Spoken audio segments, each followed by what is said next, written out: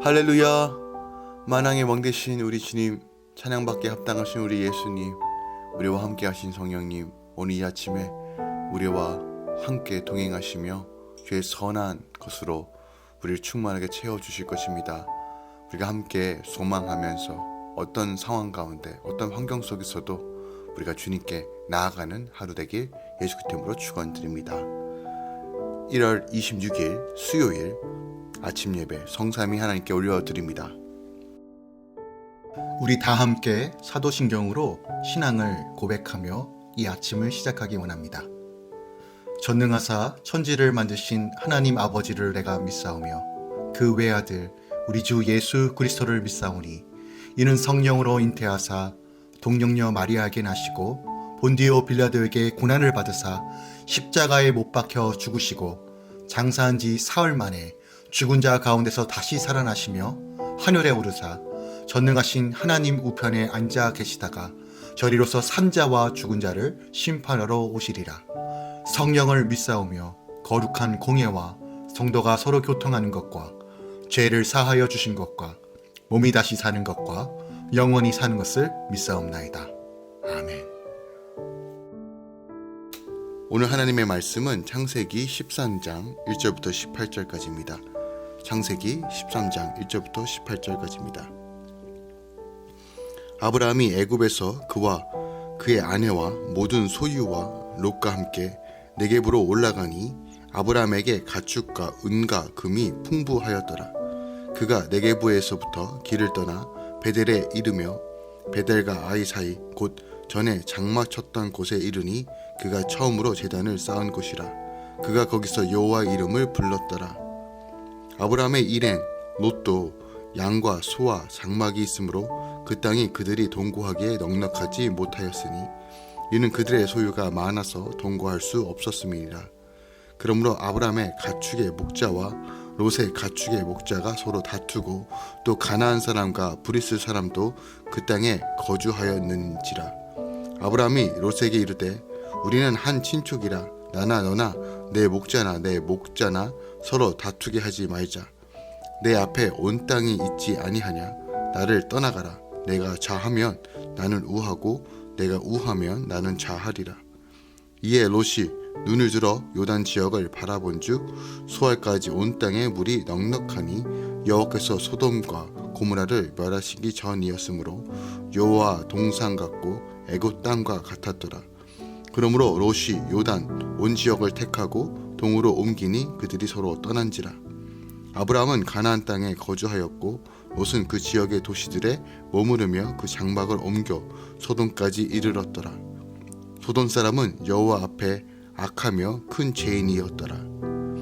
롯이 아브라함을 떠난 후에 여호와께서 아브라함에게 이르시되 너는 눈을 들어 너 있는 곳에서 북쪽과 남쪽 그리고 동쪽과 서쪽을 바라보라. 보이는 땅을 내가 너와 내 자손에게 주리니 영원히 이르리라. 내가 내 자손이 땅에 티끌 깎게 하리니 사람이 땅의 티끌을 능히 셀 수 있을진데 내 자손도 세리라. 너는 일어나 그 땅을 종과 횡으로 두루 다녀보라. 내가 그것을 내게 주리라. 이에 아브라함이 장막을 옮겨 헤브론에 있는 마르네 상수리 스풀에 이르러 거주하며 거기서 여호와를 위하여 제단을 쌓았더라. 아멘. 하나님의 말씀입니다. 창세기 13장은 아브라함이 이제 애굽에서 올라와 제단을 쌓고 여호와의 이름을 부르는 장면이 나옵니다. 이곳은 처음 가나안 땅에 들어와 제단을 쌓았던 곳이었습니다.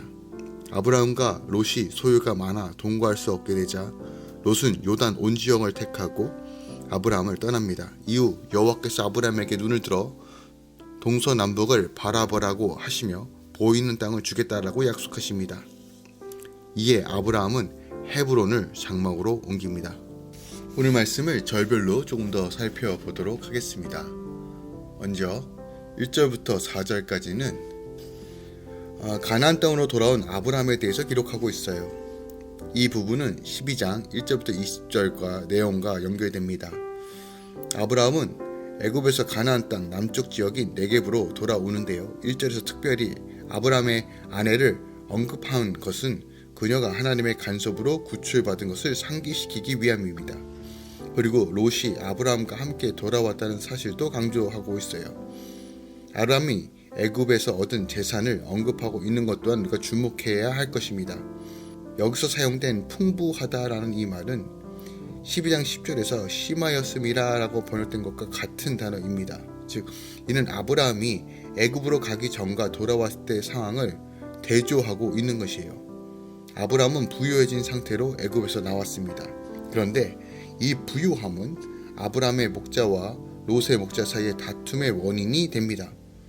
아브라함은 네게부를 떠나 베델과 아이 사이 곧 전에 장막 쳤던 곳에 이르게 되죠. 그리고 전에 처음으로 제단을 쌓았던 곳에서 여호와의 이름을 다시 부릅니다. 그는 약속의 땅으로 안전하게 돌아와 하나님께 예배로 반응합니다. 이것은 아브라함의 영적인 회복을 보여주고 있죠.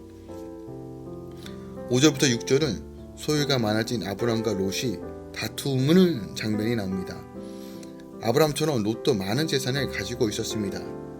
아브라함의 일행, 롯도 라는 이 단어를 통해서 아브라함과 함께 걸어간 자, 롯에게 또한 이라는 의미로서 사용되어 있는 것인데, 하나님께서 아브라함에게 복을 주신 것처럼 자연스럽게 함께 동행했던 롯에게도 복을 주신 것입니다. 그런데 하나님의 복으로 얻은 소유와 재산이 갈등의 원인이 되었습니다.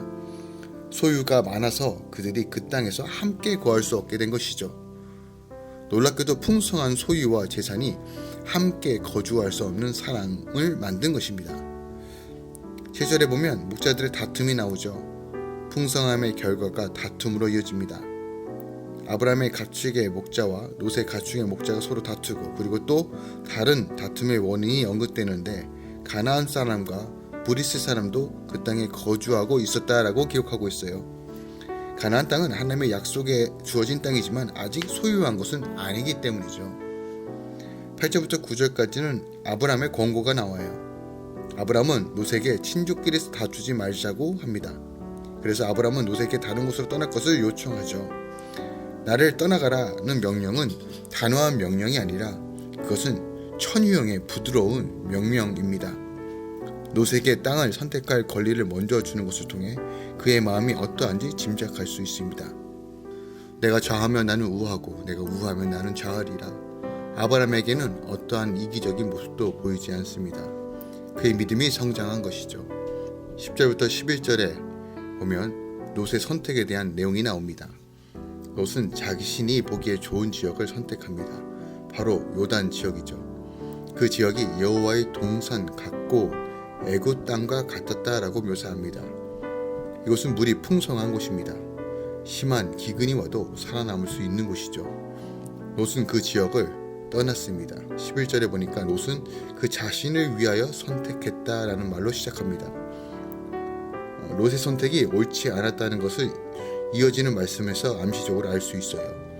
11절에 동으로라는 단어는 아담과 하와의 심판이 이후, 그리고 가인 심판 이후에도 나타나는 말입니다. 또한 바벨 사건 심판 이전에도 나타나는 단어입니다. 이는 부정적인 분리를 보여주고 있는 창세기 안에 담겨져 있는 단어이죠. 모두 심판과 관련되어 있습니다. 애굽 땅과 같은 지역을 선택한 것과 그 선택에 대한 비참한 결과는 장차 출애굽 후 애굽으로 돌아가고자 반역하는 이스라엘 민족의 갈망을 예시하고 있습니다. 12절부터 13절까지는 이제 소돔에 정착한 롯에 대해서 기록하고 있는데요. 롯은 계속 이동해 소돔에 이릅니다. 그런데 롯의 선택이 옳지 않았다는 사실이 소돔 사람에 대한 설명에서 분명히 드러납니다. 13절에 히브리 원문을 어순대로 직역하면요. 그런데 소돔 사람들은 악하고 죄인들이다. 여호와께서 매우가 됩니다. 이러한 사실이 이후에 일어날 심판의 원인이 된다는 것을 본문이 알려주는 거예요. 롯이 선택한 지역은 신앙적으로 안전한 지대가 아니었습니다. 결국 아브라함에게 분리되는 것은 하나님의 복에서 멀어지고 있다는 것을 우리에게 보여주고 있는 것이에요. 14절부터 17절까지는 땅과 자손에 대한 다시 한번 약속을 주시는 하나님의 모습을 보게 됩니다. 이제 여호와께서 아브라함에게 땅에 대한 말씀을 하시는데, 하나님은 아브라함에게 동서남북을 바라볼 것을 지시합니다. 이어서 그 이유를 말씀하시는데, 왜냐하면 보이는 모든 땅을 내가 너와 내 자손에게 주리니 영원히 이르리라 라고 15절에 말해요. 하나님은 또한 아브라함의 자손이 셀 수 없는 땅의 티끌같이 많게 하겠다고 하십니다. 롯이 스스로 눈을 들어 자신이 보기에 좋은 곳을 선택한 것과 달리 아브라함은 하나님의 말씀에 따라 눈을 들어 하나님이 보여주시는 곳을 바라보고 있습니다.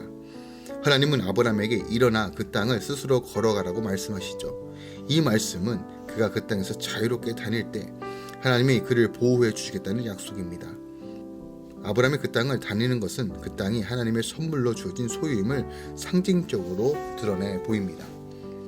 18절에는 이제 헤브론의 이주에 대해서 기록하고 있어요. 아브라함과 롯의 분리의 결론이 나타납니다. 아브라함은 헤본에 있는 마므레 상수리 스풀에 이르러 그곳에 거주하였다고 하죠. 그리고 다시 여호와를 위해 제단을 쌓습니다. 아브라함은 하나님이 약속하신 것에 대한 반응으로 예배를 드리는 거죠.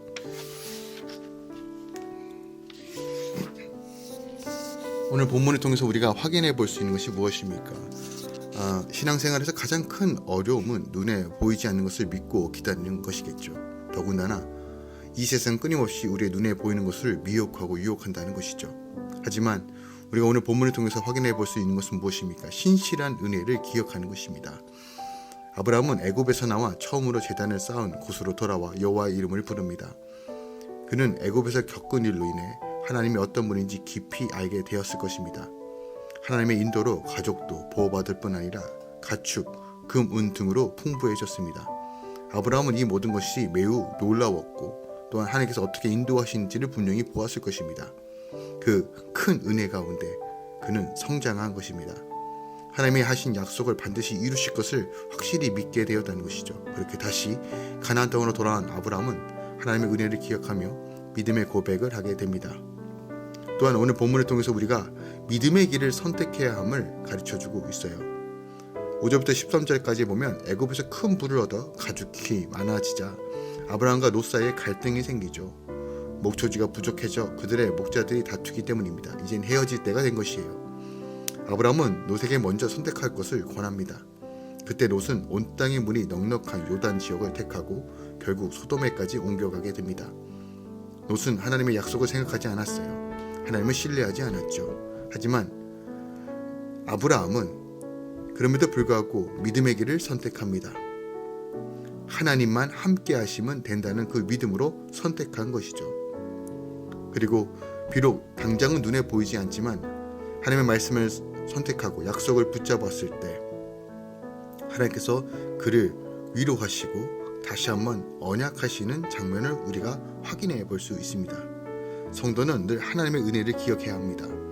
보이는 것이 아니라 보이지 않는 세상이 이 세상을 통치하는 것을 믿고 바라보며 그 언약을 바라보며 믿음으로 선택하고 나아갈 때 승리가 있는 것입니다. 주님께서 오늘 우리 삶을 붙들어 주실 것입니다. 함께 믿음으로 걸어가는 하루 되길 원합니다. 기도하겠습니다. 사랑하는 주님 감사합니다. 주의 선하심을 바라봅니다.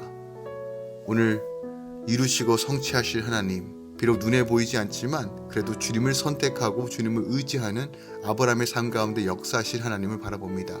그 하나님 우리 아버지 되십니다. 주여, 우리가 다시 한번 주님을 의지합니다. 주님만 바라보겠습니다.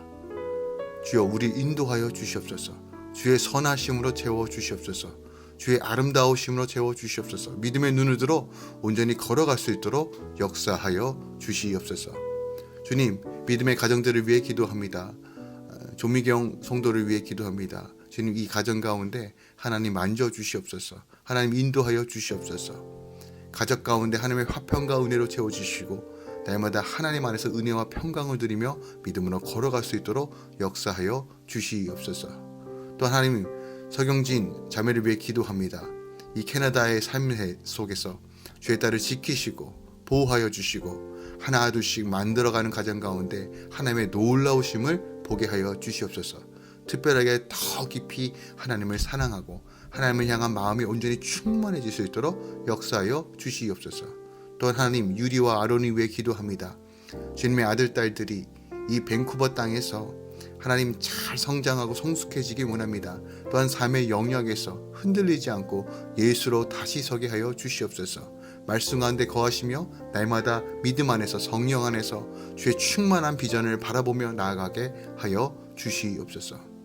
이제는 우리 주 예수 그리스도의 은혜와 우리 하나님 아버지의 놀라우신 사랑과 성령님의 내주었던 충만 역사하심이 오늘도 주님만 의지하고 바라보며 함께 비록 눈에 보이진 않지만 여전히 통치하시고 다스리신 하나님을 전적으로 신뢰하며 믿음을 걸어가는 모든 주의 자녀들의 삶 가운데 할렐루야 공동체 가운데 이제부터 영원까지 함께 있을지어다. 아멘.